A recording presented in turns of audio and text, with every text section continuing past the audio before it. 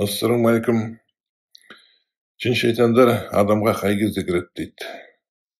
Адам қатты қайғырған кезде, қатты күлген кезде, қатты бір басына іс түскен кезде, сол кезде өзін өзі контролі болмай қалған кезде, сол кезде кіріп кетуі мүмкін. Сондай ақ мына қалай айтсам енді, анани секс деген бар ғой. Сол кезде анани секстен кейін арт жақтың бұлшық еттері босайды да, сол кезде бос қалған кезде, сол кезде де арт жақтан кіріп кетуі мүмкін. Сондықтан да анани секспен айналысуға болмайды. Хадистерде айтылады, кім анани секспен айналысса, ол жәннаттың иісін сезбейді дейді. Бір емес, бірнеше хадис бар.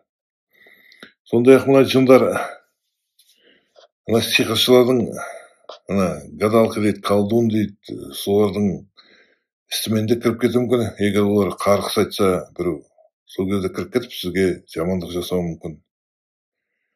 Бұлар жындар жай ғана әсер ете алмайды, жайдан жай күндіз.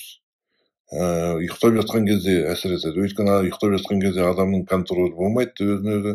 Сол кезде байқасаңыздар, мына ұйықтап жатқан кезде, жындар келе жатқан кезде, сіздің жаныңыз қорқа бастайды. Сезесіз өзіңіз, үрей туады адамда. Сол кезде жындар келеді, адамды қылқындырады. Бірақ оның өзі ердің бәрін қылқындыра бермейді олар. Оның қорқатын жоқ. Солай тағдырыңызға жазылса, сол кезде ғана. Сондықтан жын шайтаннан қорықпаңыздар, таза жүріңіздер, таза ұйықтаңыздар, таза ұстаңыздар өздеріңіз, дәрет алып жүріңіздер, намаз оқыңыздар, дұға жасаңыздар, Құран оқыңыздар, сонда жын шайтан деген сіздің маңыңызға жоламайтын болады.